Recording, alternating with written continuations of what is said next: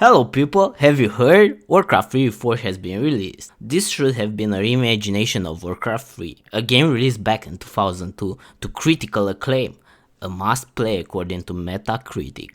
A game that influenced a lot of players along the years, that allowed the creation of other spin-off games like Dota, a game that is universally beloved by fans and have been an influence and standard for the RTS genre over the years, a very influential game. As a fan of the series, I look forward to see the changes, fleshed out story, better mechanics, maybe some new missions. Let's find out how it holds up to our expectations. The tides of darkness have come again. When I first played WARCRAFT 3, I loved the story, even though I had many moments that made me go like, yeah, that is kinda hard to believe that happened in such a short span of time. Going into it, I wanted to see a more detailed story of the characters. For example, I always thought that one of the weakest characters' plot in the game was the one that portrayed Arthas, going mad and losing his mind. While I liked the story overall, the way it was delivered and built over the course of the campaign was kinda lackluster. You go from a benevolent prince that cares for his subjects and friends to a hateful, uncaring prince that his only goal is revenge. The change in him, to me, always seemed so abrupt and unnatural, and it made no sense, like a story being forced upon us, instead of letting it flow natural. I had hoped that in WARCRAFT 3, mightily named Reforged, I would see a more in-depth story and learn more about Arthas and his motivation, his character, the way he thinks and acts. I wanted a more fleshed out story, a believable one, that does not go from, "Hi, I'm good, I want you to be good," Don't worry, son. We'll find them and bring them home safe. to, "Hi, I'm maybe not that good." Uther had my troops recalled. Damn it! If my warriors abandon me, I'll never defeat Mal'Ganis. The ships must be burned before the men reach the shore. To, "Hello, I hate everything, I have no soul, so I'm going to make you suffer." Your father ruled this land for 70 years, and you've ground it to dust in a matter of days. Very dramatic, Uther. Give me the urn, and I'll make sure you die quickly. It is hard to see him as a leader that the men will follow, being as selfish as he is, blaming his own failures on his enemies. It's just hard to believe that any of this would happen. I would have liked to see a slower descent into madness that would build the character over the course of the campaign, with more cutscenes and a more detailed story. As it stands, when we reach Stratholm, the change in him is too abrupt. Another thing that made me go like, what? Was when Thrall gets imprisoned by Murlocs. You get imprisoned with all your weapons, magic, armor, hell, you even get your trusty wolf mount in there.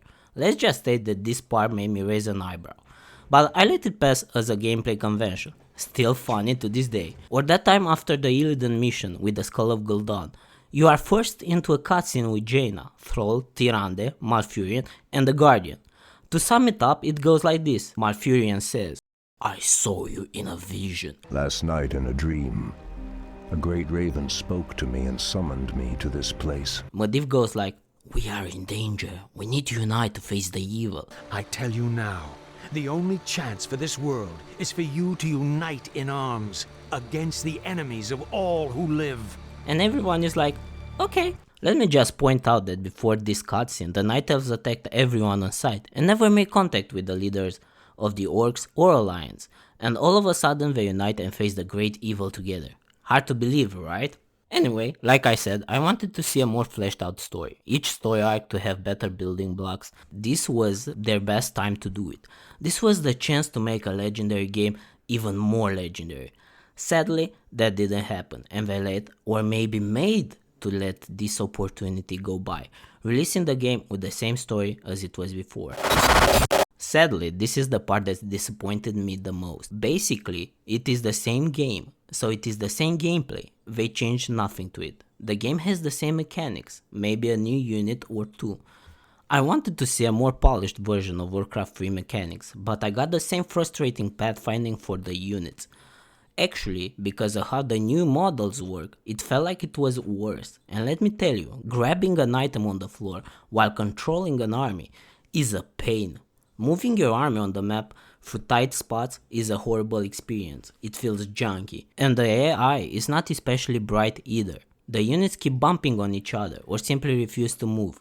It's beyond frustrating when you have a certain strategy in mind and cannot apply it, because the pathfinding is so bad. This is the place where I want to see the most improvement. I wanted a polished experience like StarCraft 2, and what I got was nothing short of disappointing. Not only did they not improve the experience, but because of how the new models behave, it was a little bit worse. For the campaign, they added new creatures that are more in tune with World of Warcraft lore. While I liked the change, it felt like it was an unfinished idea with some really junky attack animations. Let's rewatch that in slow motion.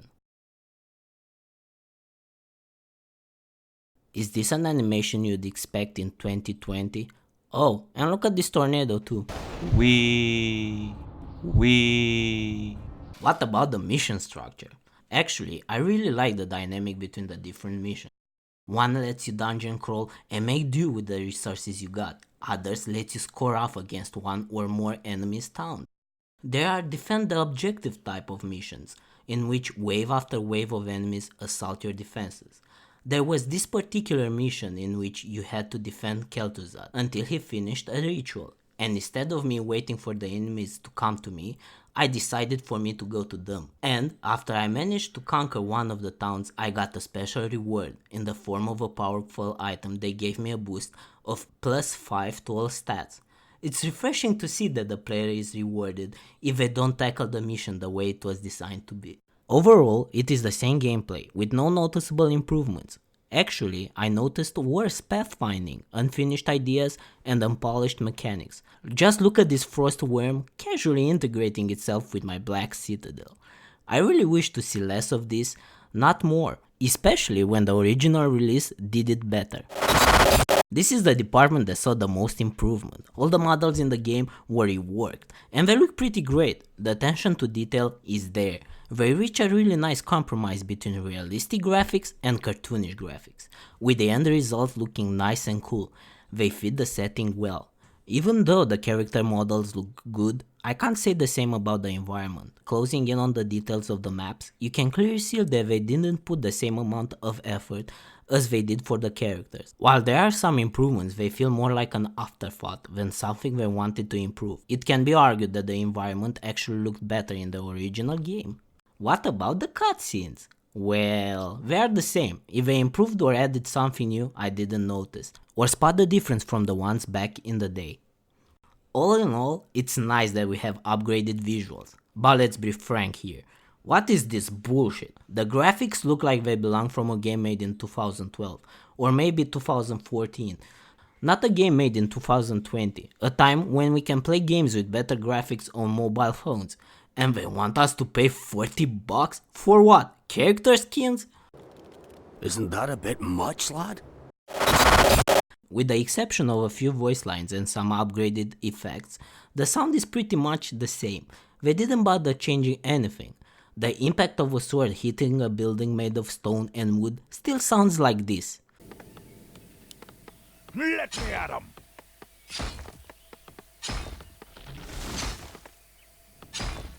I don't know about you, but this didn't convince me that metal struck stone and wood there.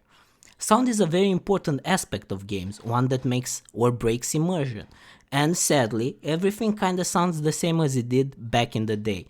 And in my opinion, they let another opportunity to pass by them. You hear that? The game still offers a great multiplayer experience, but if you wanted the competitive scene, sadly it's kinda missing. They removed laddering, skill-based matchmaking systems, as well as player clans. If you are in it for the custom maps, they're still there, because the game offers support for the old maps. But the scenes changed, with the new policies that Activision Blizzard enforced on the creative minds of the community. Basically, they said, "Fuck you, we own you." So in the foreseeable future, it's unlikely to see new game modes. Let the fury of the Earth Mother deal with these wretches as they deserve. They try to sell us the same game with arguably no meaningful changes, except a new coat of painting thrown in and charge €40 for it. This is a game full of bugs, from menus to single player and multiplayer. I had the cutscene in which Thrall was talking without moving his mouth. That voice. You're no oracle. You're the prophet. Blizzard as a company has embraced an unhealthy attitude towards its community and slowly descends into mediocrity.